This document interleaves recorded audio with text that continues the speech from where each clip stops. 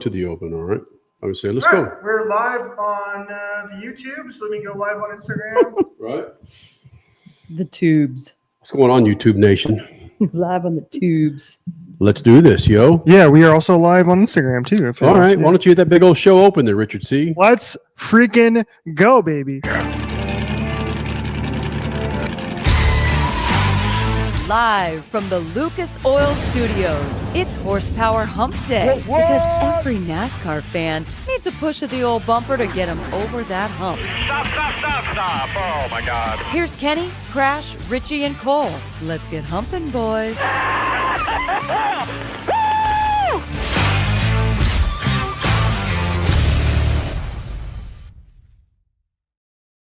Up here in the Lucas Oil Studios for a number of reasons. One in particular is we got the big old race weekend coming out here in Phoenix Raceway, Freak Nation. If you didn't know that, the Freak Nation Lucas Oil Studios are based here in Phoenix, Arizona.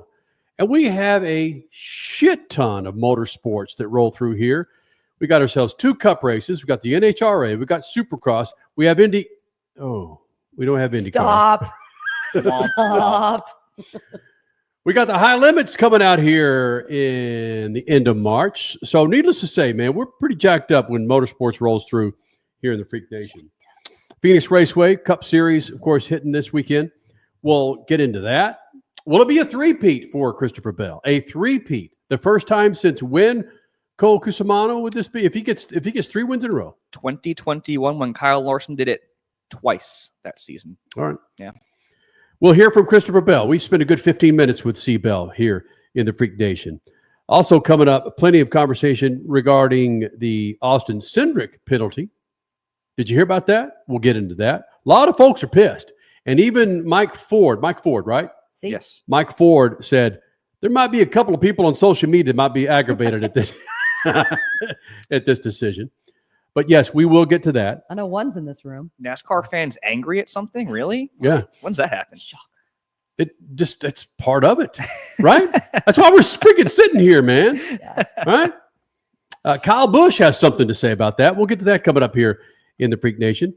And Cole Cusimano, you saw the news break today where it didn't break. It's this counter to the countersuit going on with 2311 Racing. And we've asked many people to try and break it down for us to where a 5th grader can understand it. In fact, I think Bob Pockras at one time was asked, dude, can you make it legible to where a 5-year-old could understand this? How much of this do you understand, Cole? You know what?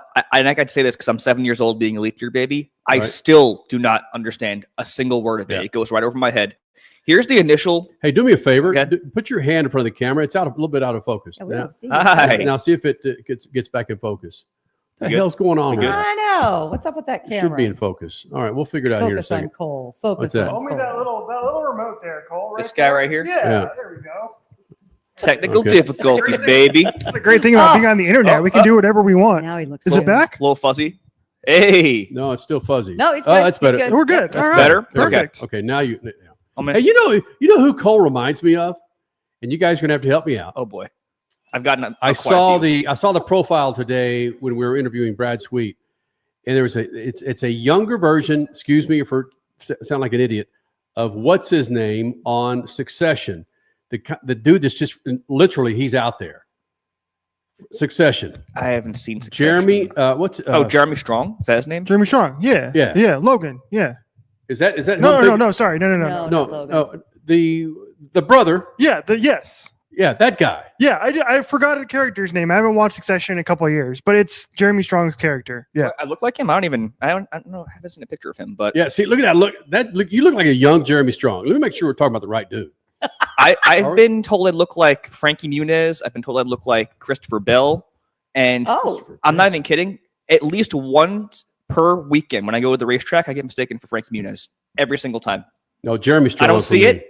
That's I'll take it though. Yeah. It might be. Yeah, it could be. A young Jeremy Strong. That's what okay. Anyway, I'm sorry, man. You were about to get into a big role there. Oh, and all Kenny was saying. You want me to? Jeremy Strong. I'll get into sorry. it. So, per Bob Pockras, as part of 2311 FRM NASCAR litigation, NASCAR has filed a counterclaim against 2311 FRM and 2311 co-owner Curtis Polk alleging a conspiracy and agreement in unreasonable restraint of interstate trade and commerce, constituting a violation of Section 1 of the Sherman Act. I don't know what any of that means. Do you want to hear what the 5-year-old condensed thing was? Yes. Please. Let me get it up here real quick.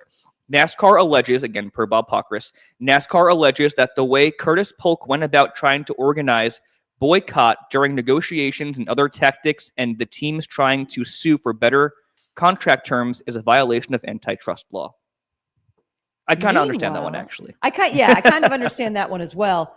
But it depends. He's saying that about, or NASCAR is saying that about FRM in 2311.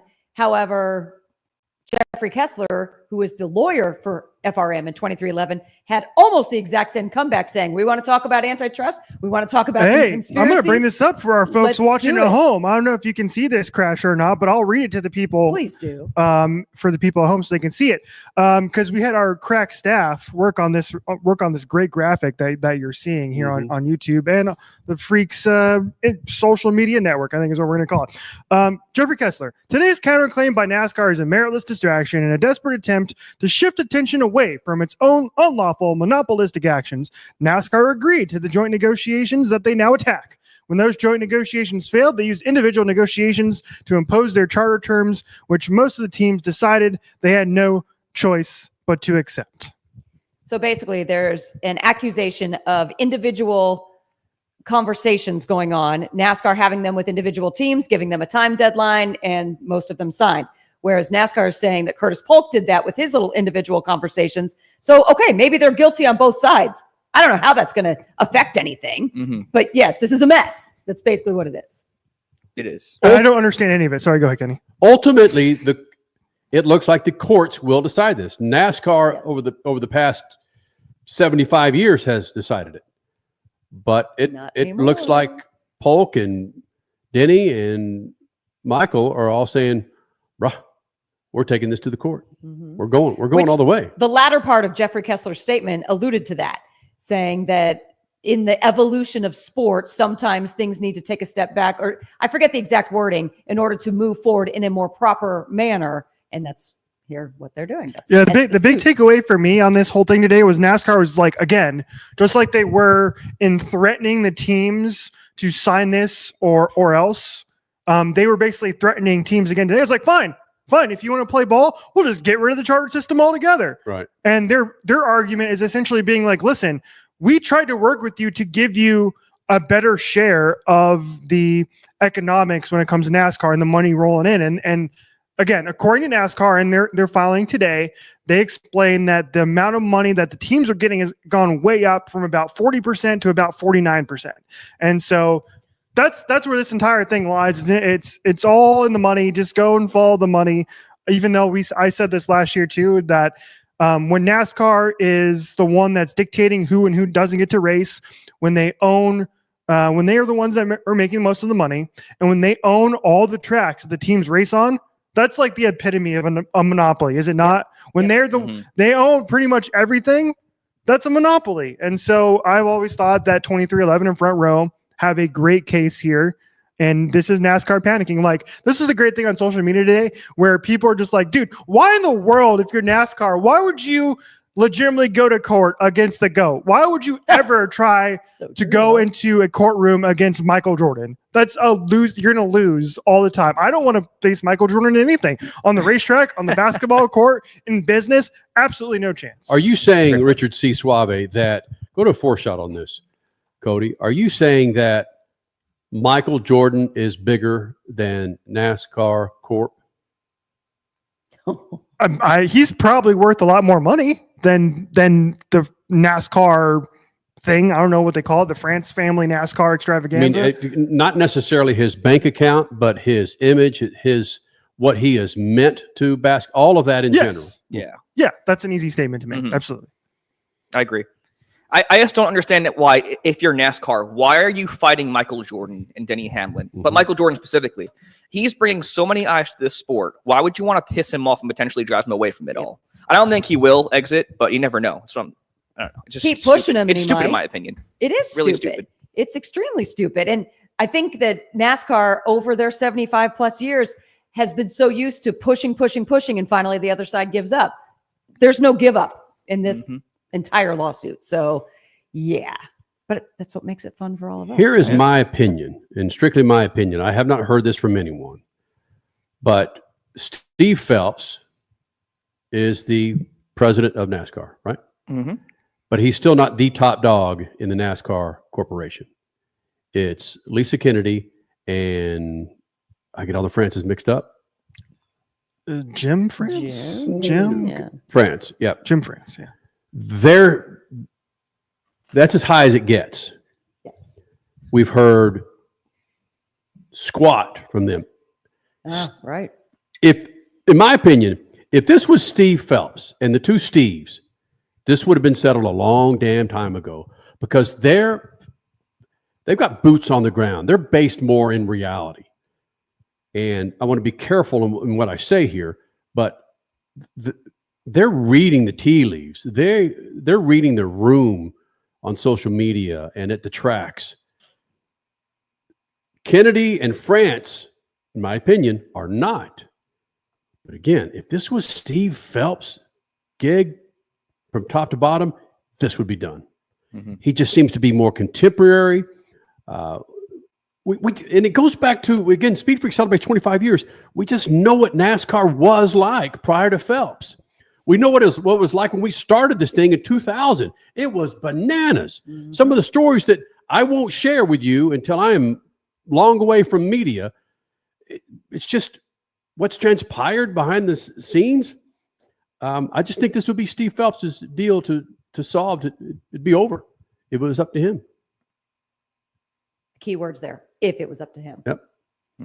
But he's got to continue to utter. He's got to continue to toe the company line. This is what we're doing.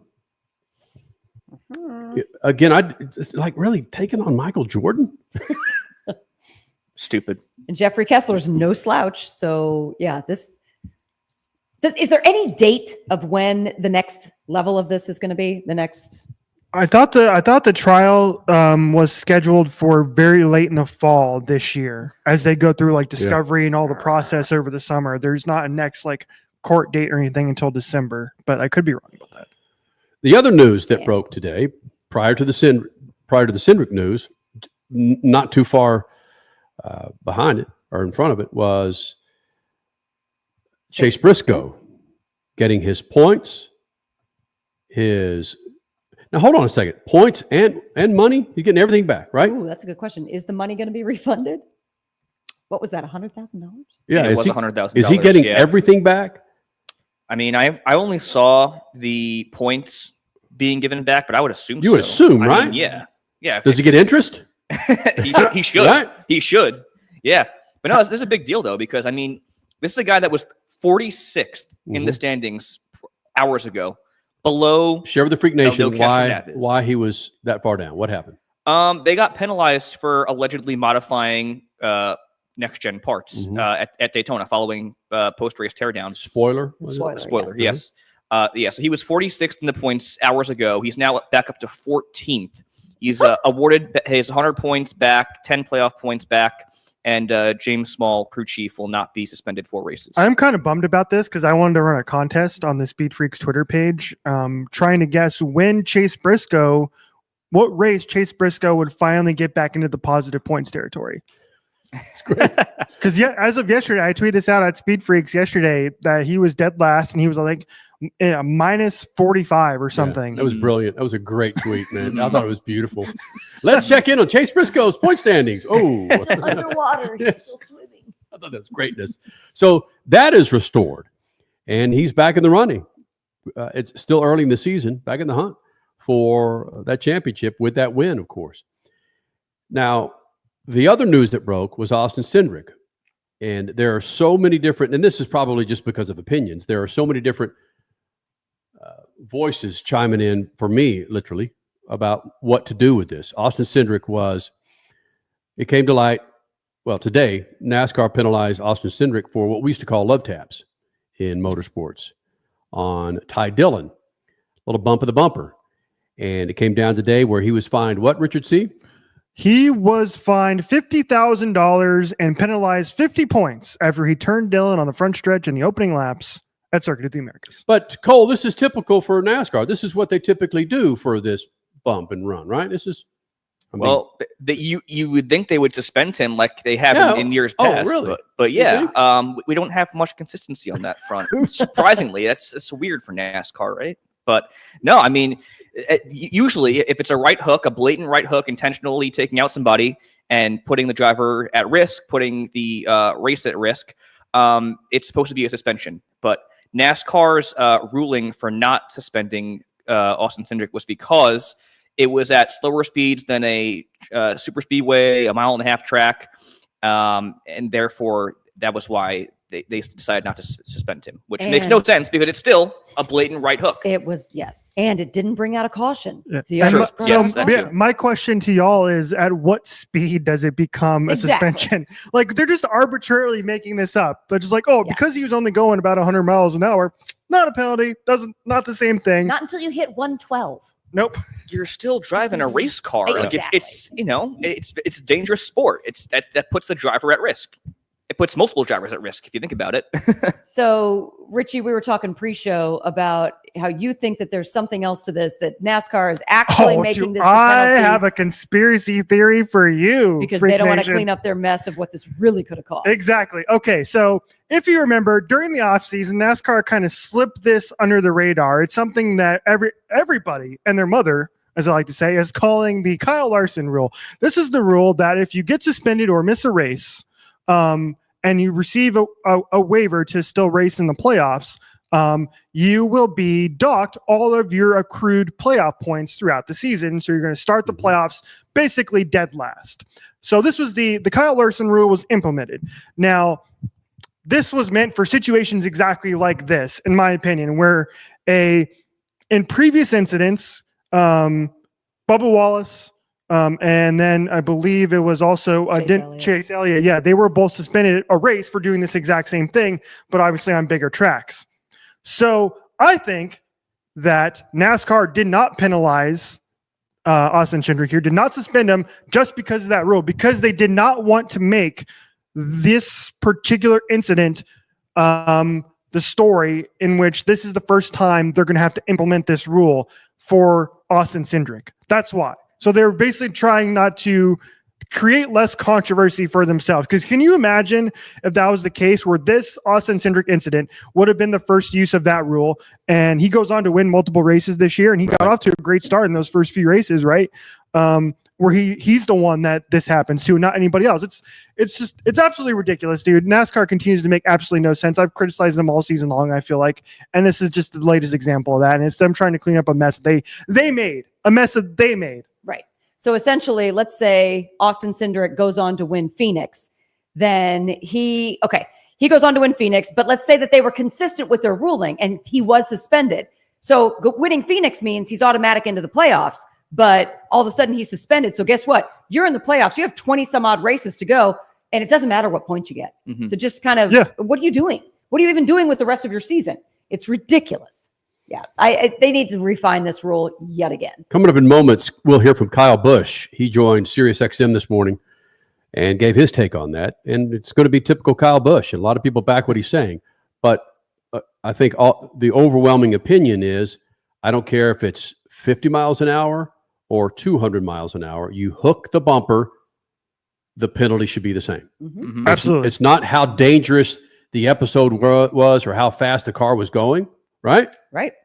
That's the problem I got with this. Like, make up your effing mind. That's actually old school Rules mentality too, in that, a slower crash, if this were to come into a crash, a slower crash is safer, or it's not going to be as damaging. No. We've seen fatalities, to be perfectly honest, not to get too sensationalized here, but we've seen fatalities at super slow speeds. So anything can happen. The actual speed should not matter. Yeah, especially in this car too, where at least in the first year or so of this new Gen 7 car, there were a lot of drivers who were very open and honest about how much harder hits hurt in this Gen 7 car. Mm-hmm. And in the kind of post, concussion world that we are living in now, where more people understand that those little impacts can really affect your your brain and the amount of concussions that you have, it's dangerous, man. And NASCAR's like, cool, we're just through. You can do whatever you want now. Doesn't matter. Like, I think so. I don't remember who exactly it was on Twitter, maybe, but they were also brought up the idea. All right, so cool. Now we can just do this on short tracks and it'll be okay. Yeah, boys have at it, right? Isn't that the ruling? Yeah, because it's a lower speed. We can just do whatever we want now. It's just. So Micah Parsons is going in on Jalen Hurts at 19 miles an hour, puts his lid on Jalen Hurts' face mask. Okay. That's a helmet to helmet penalty on Micah Parsons.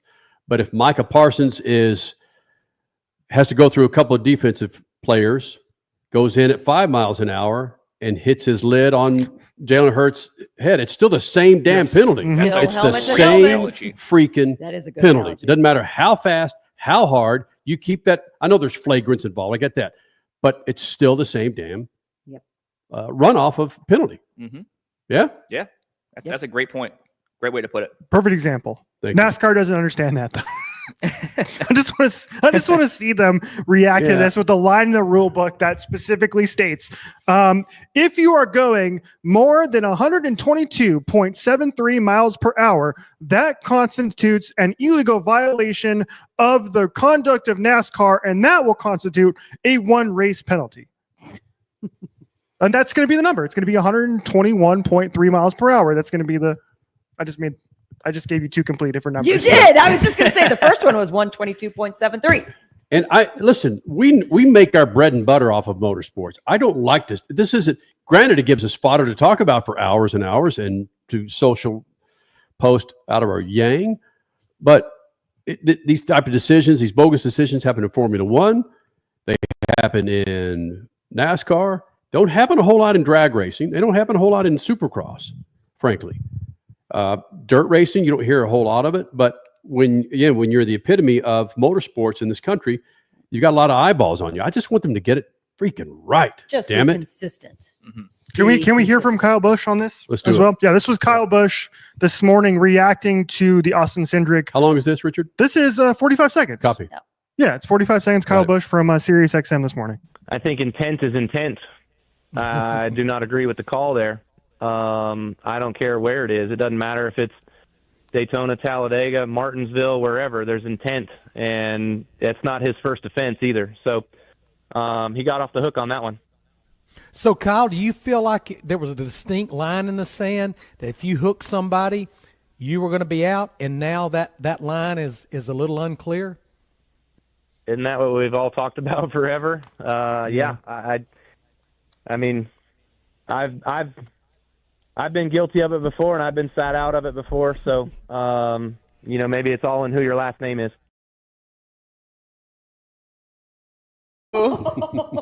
Oh, Cindric. He's with Penske. Is this NASCAR favoritism towards Penske? Why does it always seem like Penske gets away with things, whether it's IndyCar, whether it's sports cars, whether it's NASCAR? Ooh, is there a theme here? Is that another conspiracy theory that we're just going to start? Well, we talked about this in our pre-show meeting. Listen, Roger Penske, every team cheats, but Roger Penske gotten caught a few times recently. Does this have anything to do with Roger Penske and cheating, guys? No, No. not at all. No. Yep. Okay. Or cheating and getting away with it, though, because the penalties haven't been super severe for them. No, it's just NASCAR being stupid. Yeah, Okay. that's kind of where I'm at. We're trying to too. dig. We're trying to dig kinda where I'm trenches at. that just don't exist Sure, here. I get it. I think you're onto something there. Like you think NASCAR is trying to save face by not suspending him, but in the end, they're receiving once again more backlash from the fans on social media and whatnot for not being consistent. So it's they just can't get it right. They just I don't know. I don't get it. I'm curious. Austin Cindric, one of my favorite personalities in NASCAR. Love the guy. But if this was a Joey Logano or a Kyle Busch or a Kyle Larson, someone that's more divisive, would the same decision have come down? Like, would they have done this to Kyle Larson? No. Absolutely not. No, they wouldn't have done No. it. They wouldn't have done it to anybody. If they're not going to do it to Austin Cindric, they're not going to do it to anybody. Mhm. Yeah, because they don't want to make something like this the reason why their own decision comes back and haunts them come November the playoffs because of their own stupid rule that they implemented. I mean, I could understand with a suspension reducing a chunk of points, like 20 points, maybe 50 points, maybe 100 points, like Chase Briscoe's original fine was. But why? Who thought it was a good idea to reduce every single point in your bank? Nothing. You go into the playoffs and you start with 0, like there's any chance outside of a win that you could advance. That just doesn't seem to make any sense. You could be a Kyle Larson. You could be a Christopher Bell. Yet, oh yeah, you better win in these 3 races. And if you don't, bye. Mm-hmm. It just seems stupid. Coming up in moments, Christopher Bell spent a good 15 minutes with us here in the Freak Nation. We caught up with him earlier today at Texas Motor Speedway. He's in town promoting their May 1st through the 4th race at Texas Motor Speedway. Go to texasmotorspeedway.com to get your tickets now. Christopher Bell, listen, he is really locked in to Texas Motor Speedway. He's going to be running the high limit race there, along with Kyle Larson and I think Corey Day and a few others. Of course, Brad Sweet. But other NASCAR drivers will be running there. But anyway, Christopher Bell joining us momentarily. Let's put a bow on this conversation about Austin Cindric. We are 4 hours into the decision, 3 hours into that decision. Does NASCAR change their mind again if it happens? I know. I was going to ask you guys, when will we have this discussion again later this year? Because somebody else is going to get a right hook. Yeah. It's going to happen again. And it might be on a mile and a half. Mm-hmm. Is it because it was more dangerous they're going to get suspended? Oh, yeah. Absolutely. No, I think you're right. It's going to happen again, most likely, and it probably will come at a more high-speed track. And when it does, we will see a suspension, and then we're going to see more backlash from the fans on social media because, once again, not being consistent with the call. So it's bananas. I just want them to get it right, man. I just want NASCAR to get it right. But what's right? Right is consistent. Somebody in our YouTube comments just said this a little bit earlier. Dean, he said, helicopter parents are now controlling NASCAR. Okay. That's good.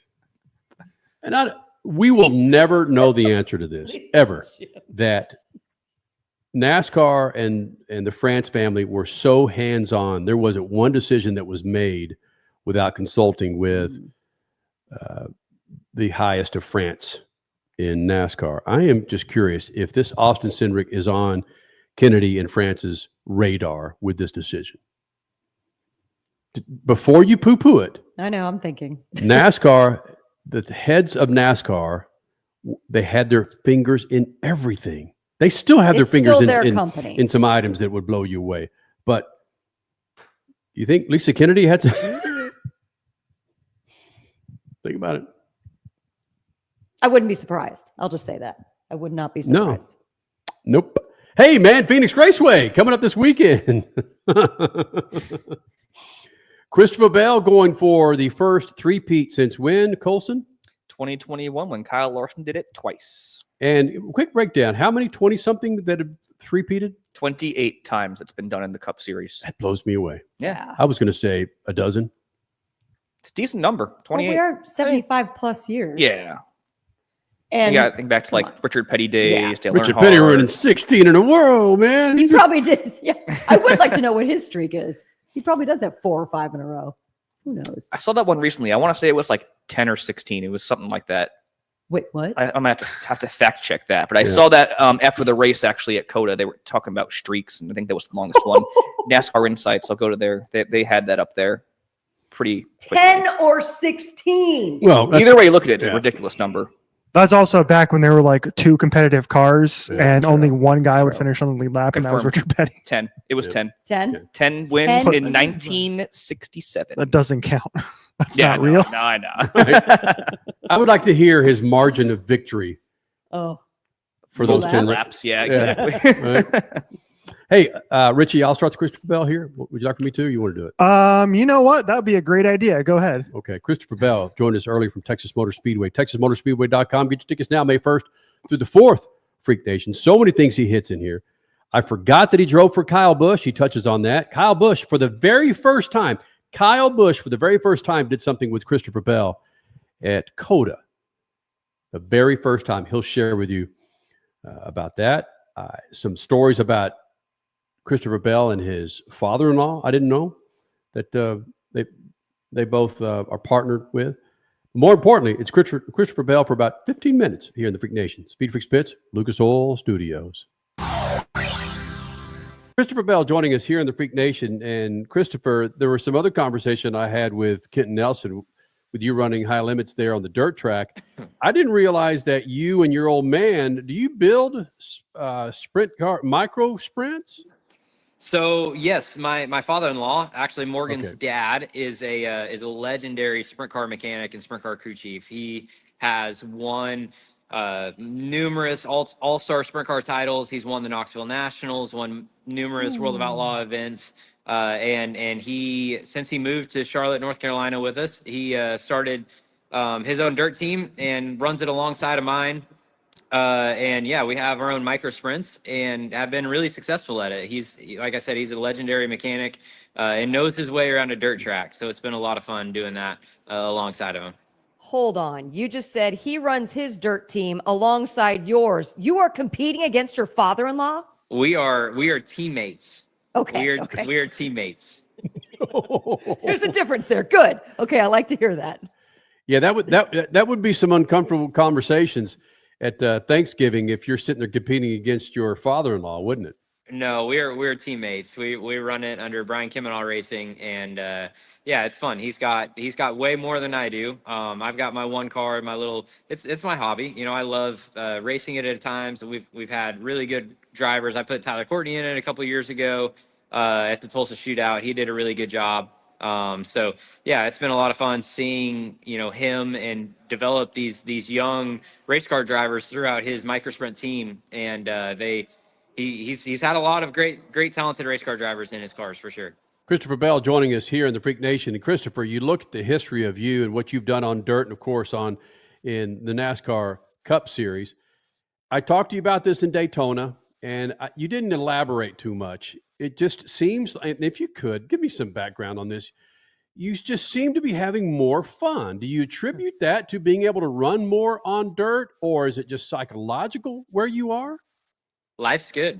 I don't know what else to tell you other than life's good. I'm getting to drive race cars for a living, and certainly I get to race more now than I have in the last couple of years. So I'm really excited about where we're at, doing really good in the NASCAR Cup Series, and dirt track racing is been treating me well as well. Being able to race in Tulsa, Oklahoma for the Chili Bowl, the Tulsa Shootout, had some success there, and then go down to Florida with the World of Outlaws at Volusia. So yeah, I'm looking forward to my next step and making my high limit debut, racing the high limit sprint cars at Texas Motor Speedway whenever we get out here for the NASCAR weekend. It's going to be a great show. I'm not sure, Kenny, if you're attributing that question. I mean, I'm going out on a limb here too. Unfortunately, last year, the end of the season wasn't what you wanted. And there's a lot of controversy. But what'd you say? It sucked? I said it was not. It was not. Yeah, it was not. So to see such a turnaround, and yes, you can read it in your eyes. You can hear it in your voice. Things just seem different. Is part of that just the maturity of going through so many seasons of motorsports and being able to quickly flip the switch on a new season?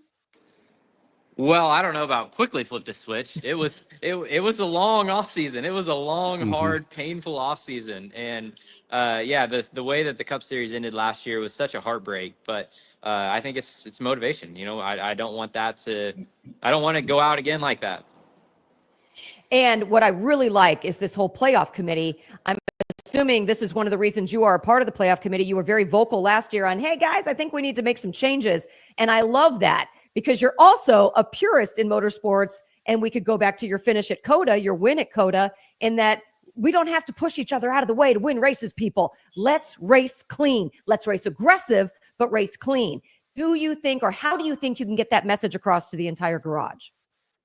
Well, I mean, going back to the the playoff format, I think all of us in the industry want to get to a point to where we have a little bit more legitimacy into the champion, and everyone agrees that the champions of the current era are held to a different standard than what the champions were back in the day. And, we want the best guys to be winning the championship, and we want the cream of the crop at the top. So I don't think playoffs are, going away. I don't know what the future of it is, but ultimately we want the best guys, and we want hoisting that championship trophy to be, the best thing in the world. And I'm excited about being a part of that.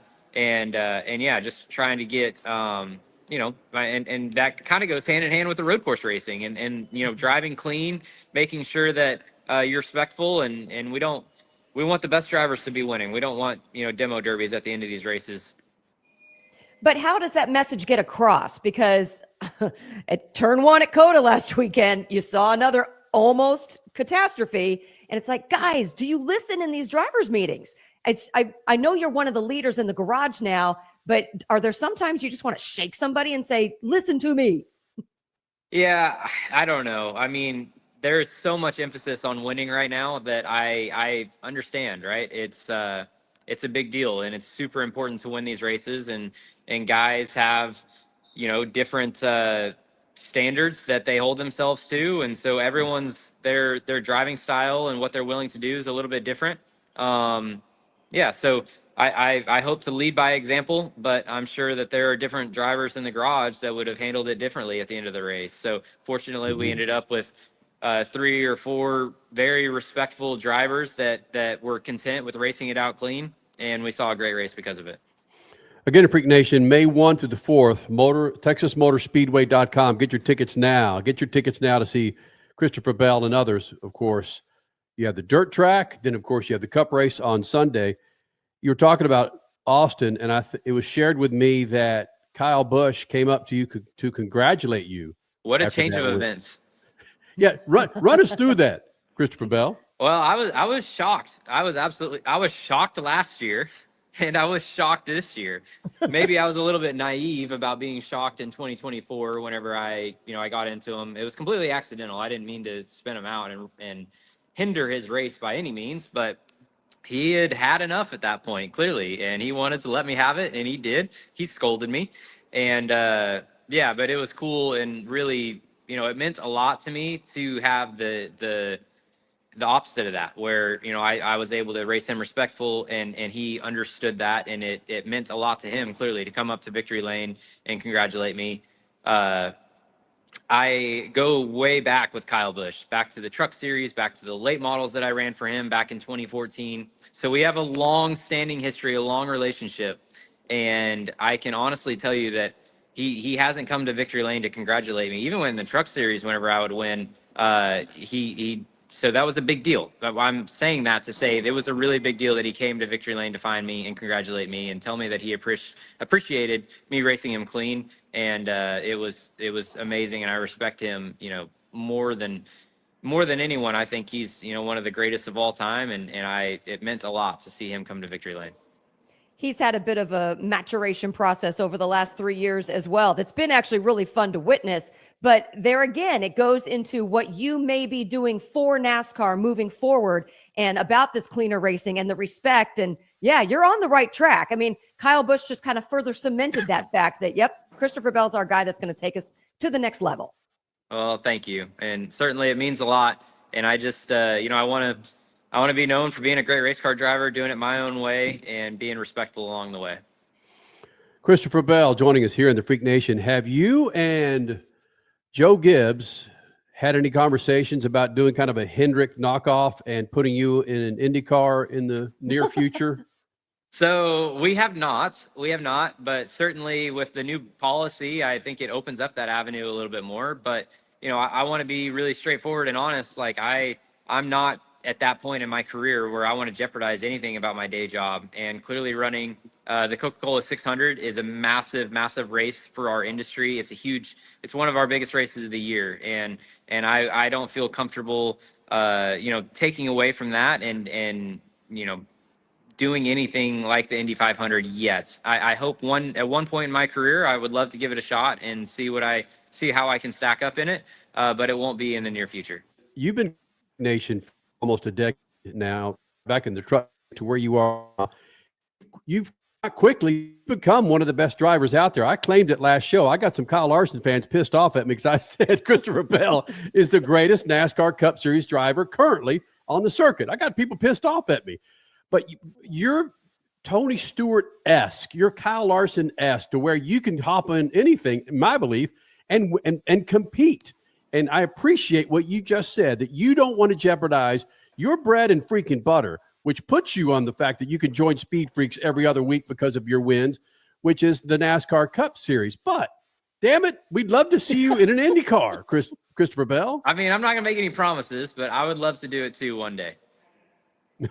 I was just going to say that. Yeah, let's just say, how many miles did Kyle Larson fly last month? I mean, it was thousands. Yeah. Back and forth, back and forth, back and forth. When you have this career such as you are, you're headed to a track in Phoenix this weekend where, again, defending winner. Could be. I mean, it doesn't happen often, man. Back to back to back, the old three-peat. We've got a great opportunity ahead of us. And honestly, looking at this calendar, we go Phoenix, we go to Las Vegas, Homestead, which are all really, really good racetracks for myself and this team. So trying to not put the cart before the horse. And every race is its own unique race.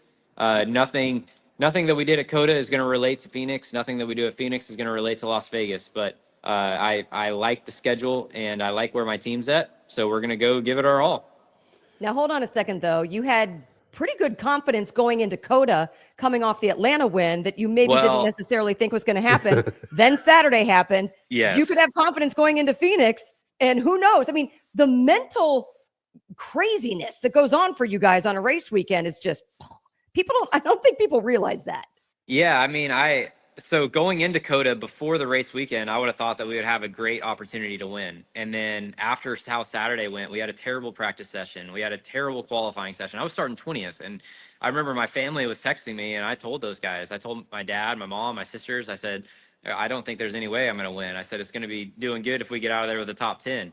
And then all of a sudden, third stage rolled around, and I was up there up front, like, holy smokes, I got a shot at this. So you never know. You never know, and it's never over until it's over. And this is another valuable lesson for me that, no matter how Saturday turns out, Sunday's a new day. Valuable lesson for you and valuable lesson for kids. I love watching kids see these lessons in motorsports. Never give up. Now, real quick, I know Kenny's got a question here, and then we'll let you go. Real quick. Finally, can you just take Tony by the shirt and say, I got DeWalt some wins now? Yes, I have made sure that I've told him that. He's been harping on me big time to get DeWalt wins, and now we've got 2 in a row. So hopefully we can keep the ball rolling.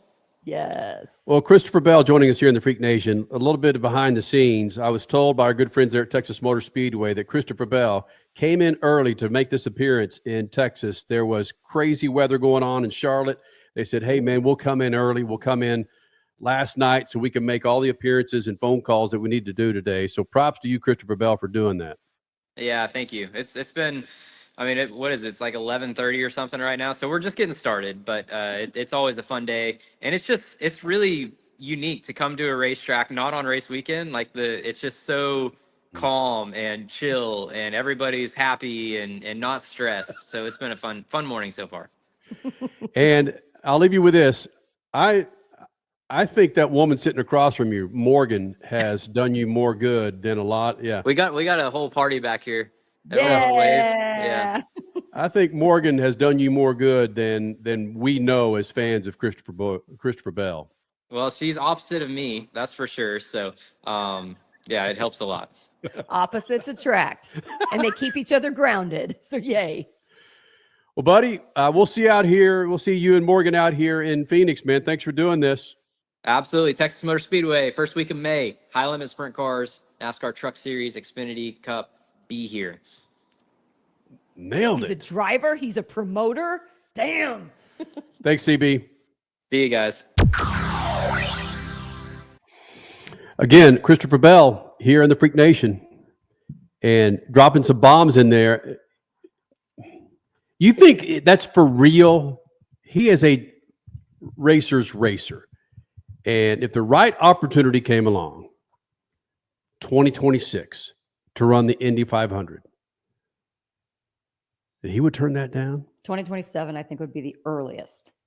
earliest. And the reason I say that is he needs a championship. So let's say this year is his championship. He's not going to do it in the year that he's defending his championship. Why not do it in your defending championship? I feel like that's a better. Yeah, that's really. It's like I'm the current NASCAR champion. Come beat me at Indianapolis. That brings in more money for sponsors because that's the biggest thing. Is probably with him is like he's going to need to bring in that sponsorship for Kyle Larson. It's Hendrick and McLaren like co-production basically. So why not?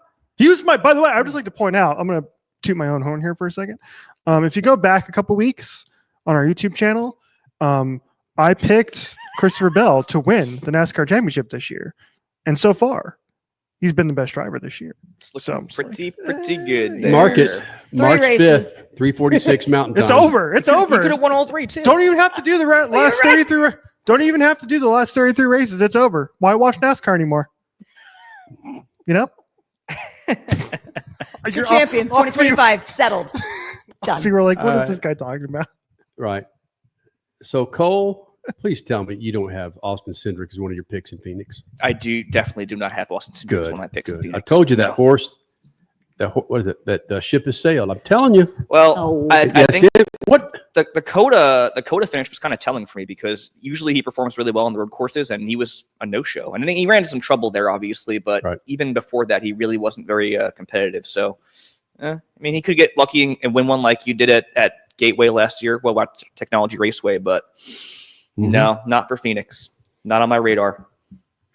Freak Nation, it drops 7 a.m. Eastern time. It's called The Money Stop, and Cole and his brother Steven Cosimano host a show that really gives you some fantastic insight on where to put your dimes and quarters, and if you really want to go hard like Richard C. Suave, your dollars on the NASCAR Cup race over the weekend.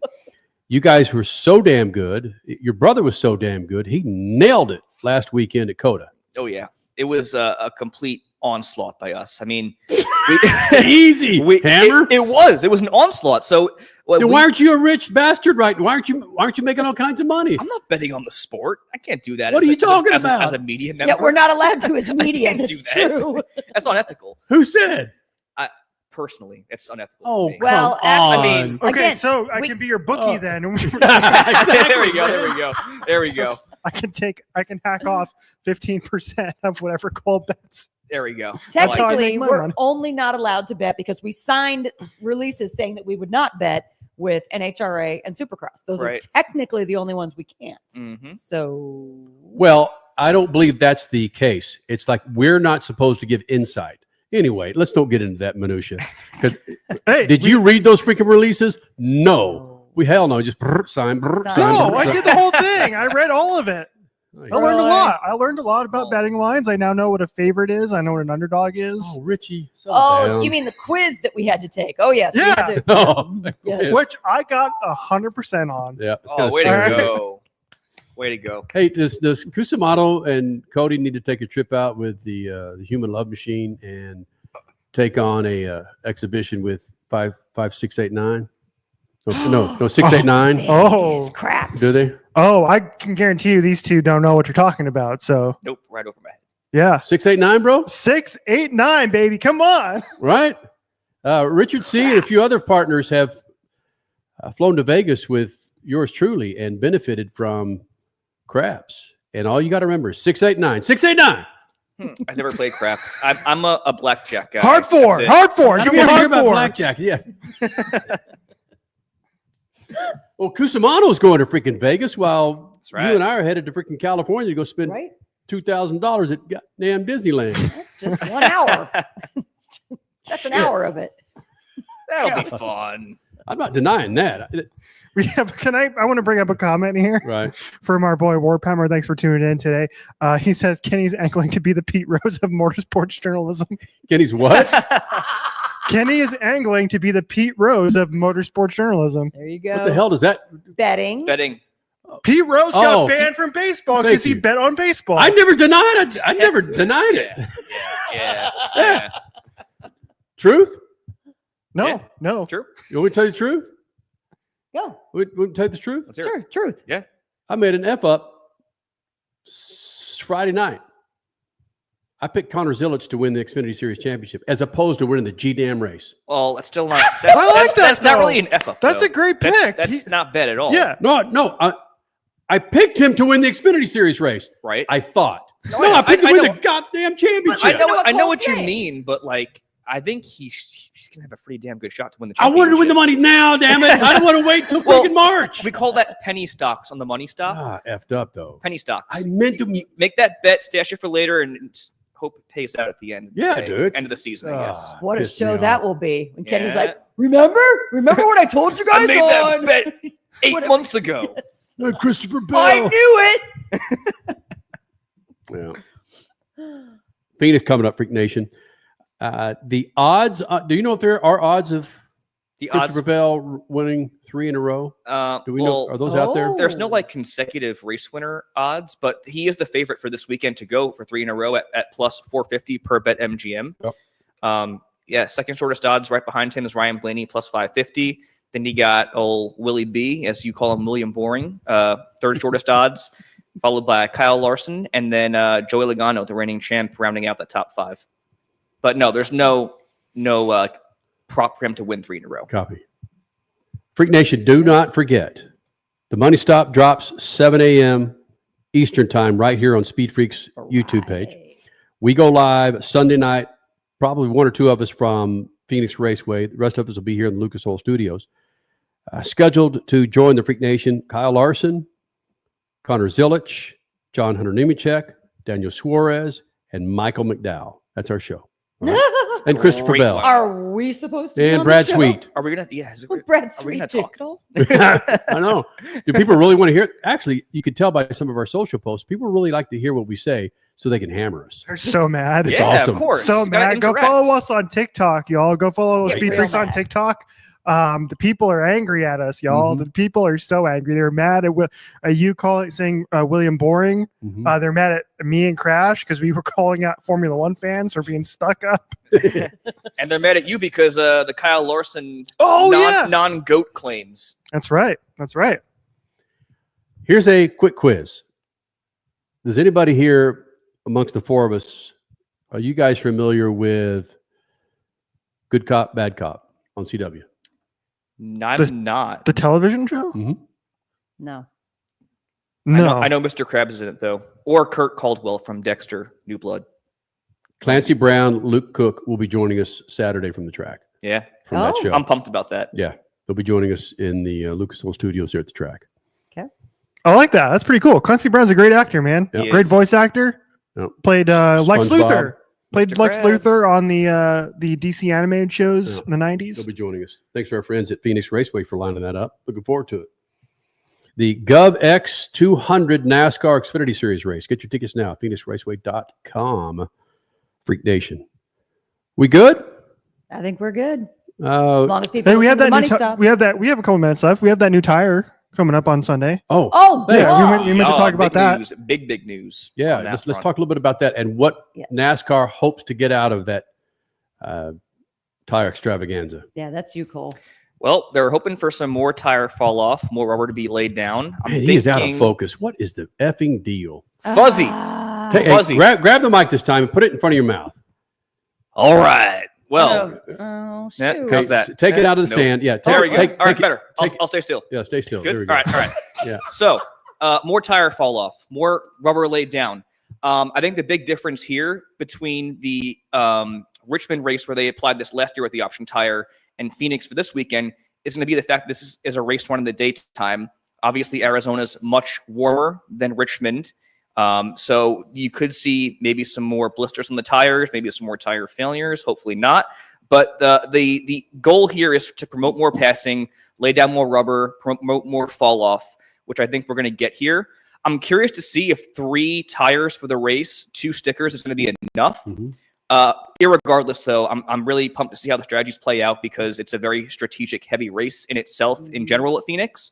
So I think you're going to see a lot of guys like Joey Logano, Kyle Larson, and guys with those crew chiefs like Cliff Daniels and Paul Wolf really stand out with this option tire. Yeah, won't you be leaning on the veteran crew chiefs in this race? Absolutely. That's going to be a big focal point of the money stop this week. What's your anticipation? This goes well. What's your anticipation in the fact that they will implement this, whatever they're trying to achieve eventually down the road? When? Well, they were saying if this option tire is a success, they're going to implement this option tire as the primary tire for the championship. There's going to be no option tire to play around with in the finale because they don't want that variable added in there. But if it's a success, it'll be the primary tire. And I also heard on Hauler Talk, Richie's favorite podcast, My favorite podcast. his favorite Let's podcast, go. that NASCAR does not plan on doing the option tire at any other events as of now for other races this season. Whoa! So that's a little bit puzzling to me and kind of disappointing, just because I think I'd want to see that other element of strategy and just another test session essentially in competition. But yeah, so that's about it. I don't think it's going to make the racing any better. Well, we'll see. That's their hope, Richard C. You don't think, like, for this weekend, you don't think it's going to be any better? No, because what's going to happen is your tires are going to go away so quickly on those sets of tires. They're going to want to get off it as quick as possible, go back to the same tire, and everybody's going to be on the same tire in the whole race. And it's going to play out exactly like every other Phoenix race, which is less than stellar. Less than stellar. Well, it's funny you mentioned that because I talked to Christopher Bell as well a couple days ago, and I asked him about the option tire, and he flat out said, I am not a fan of it. I think it adds a gimmick to this race, and you're going to see a lot of fluky people up front. So I kind of bashed Bell a little bit for not being very outspoken, but that threw me for a loop. I was very, very impressed with his transparency, and I definitely agree because, I mean, you look at Richmond. You had Austin Dillon win that race after bulldozing his way at the front. So you could see a lot of fluky drivers up there at the end. Does someone get hooked this weekend because it's a shorter track and you're only going 120, going 120 miles an hour? Yeah, not 200. Okay, you get hooked at Coda, it's 50 points. You get hooked at Phoenix, it's 75. But you get hooked at Super Speedway, it's 100. And you get hooked at a super speedway and you're suspended and you lose all your playoff points. That's what they've set the precedent to be. This is bad. This is bad. Are you guys old enough to remember where people would wait? Yours, true. Yours include me included. Couldn't wait for Richmond because it was such an awesome track. That was when it was the rock and roll weekend too. I have never experienced that. Yep. It was awesome. Excitement for Richmond in my life. Awesome. Yeah, that was the rock and roll. I remember that they did the and night races back then, and you're right. They all had they had the paint schemes. Like I remember Dale Jr. had the 3 Doors Down paint scheme many years ago. Those were some badass races. Yeah, and they really got behind that track with the promotions that you're talking about.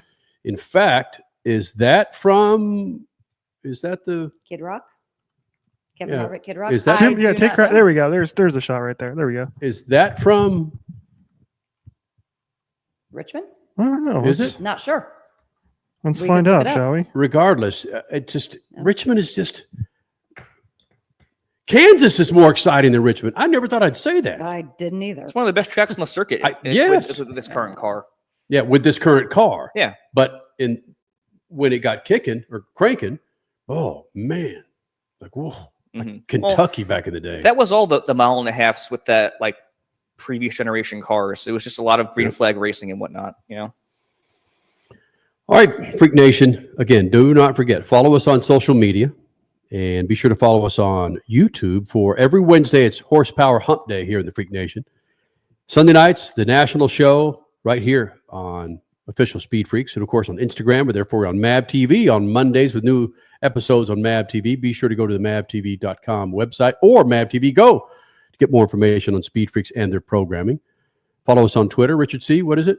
You want to say something about Kevin C. Harvick? No, I don't. I was able to find the exact. Were you able to find the exact race? I found it. It was actually a Busch Series race at the old Lowe's Motor Speedway, so Charlotte. Oh. Yeah. There we go. Okay.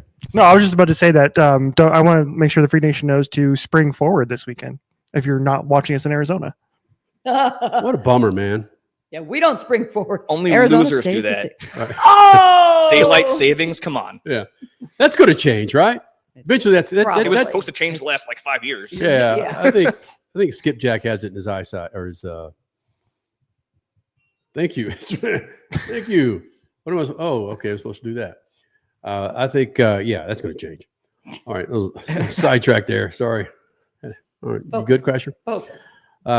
Richard, you got the outro ready to go there, Skippy? Oh, that's a great. Yeah, let me. All right. Again, the Money Stop drops 7 a.m. Eastern right here on Official Speed Freaks on YouTube. Be sure to follow the Money Stop. And Speed Freaks on Twitter, formerly known as X, ladies and gentlemen. That's just what we do here in the Freak Nation. Hey, will we see the alter ego this weekend, you think? Mosquitoes. Kosovar. We'll see Kosovar? Ooh. You know, little preview for the Money Stop. Carson Kosovar. Kosovar finished top 10 in that Richmond race with the option tires. So you never know. You never know. There you go. Fluky. Be sure you follow the Money Stop, Freak Nation. All right, we'll do it again next Wednesday. See ya.